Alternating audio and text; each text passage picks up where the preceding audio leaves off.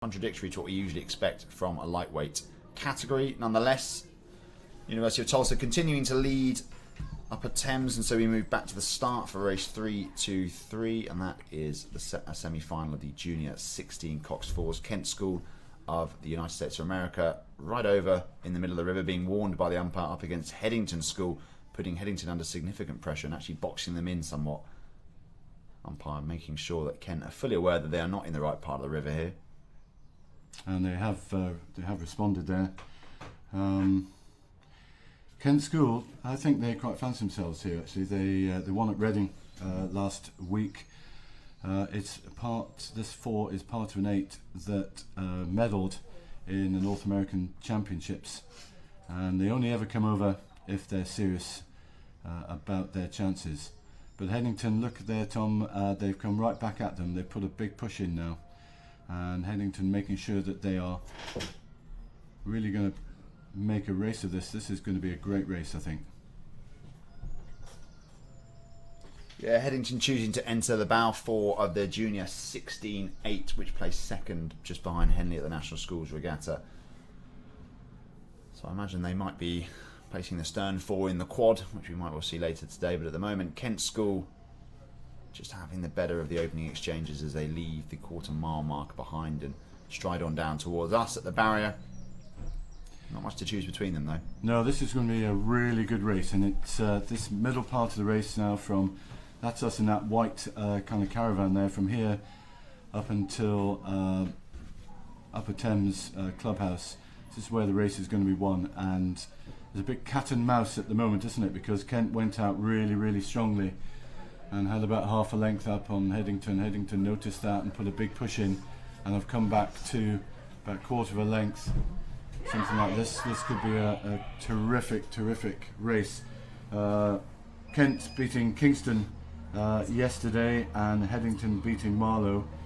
They're looking for a place in the final, and in the other side it's Marlow again against Tideway Scullers. So this is going to be a great race. So still about half a length, quarter of a length now. Headington, you can see, just upping their rate a bit, just trying to get back on track. They're looking a little more rushed than Kent. Kent staying nice and long. I think they've probably got something left in the tank if Headington will push on them. Yeah, Kent being warned again for their steering. You can see they're just over a little bit in the middle of the river, putting Headington under perhaps more pressure than is necessary. But credit to Kent here. They've actually held off the advances of Headington to this point. It remains to be seen whether or not they've used all the gas they have in their tank in doing so.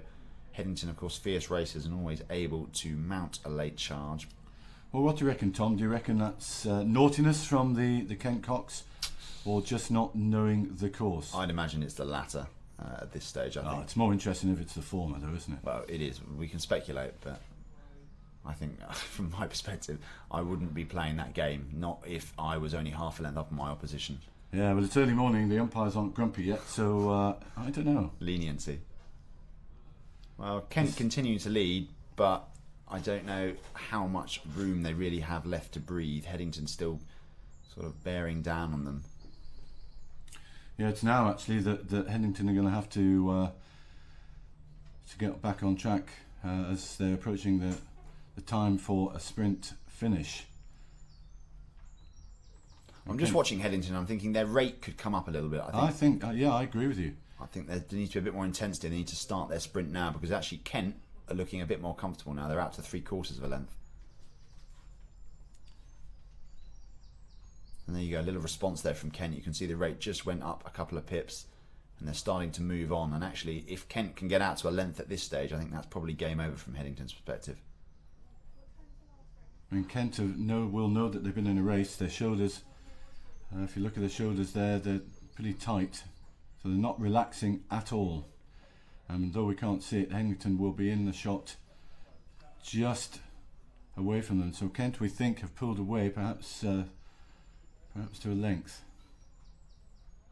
There you go, there, Headington responding now. They've upped the rate, but is it too late? Here we go, they're winding it up now.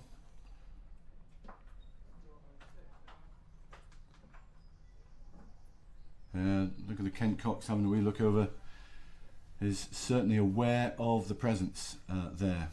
Yeah, we'll keep one eye on what's happening there in 3-2-3 because you can see Kent just winding up to try and stave off the advances of Headington. But race 3-2-4 is underway. Marlow on the Berkshire station and Tideway Sculler School on the Buckinghamshire station. And Marlow have really jumped out there. Actually, they've taken the impetus in their semi-final. No surprise to see these two crews featuring highly.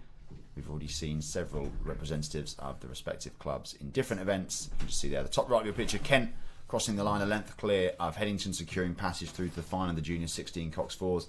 So who will they face in the final? It's between Marlow and Tideway Sculler School.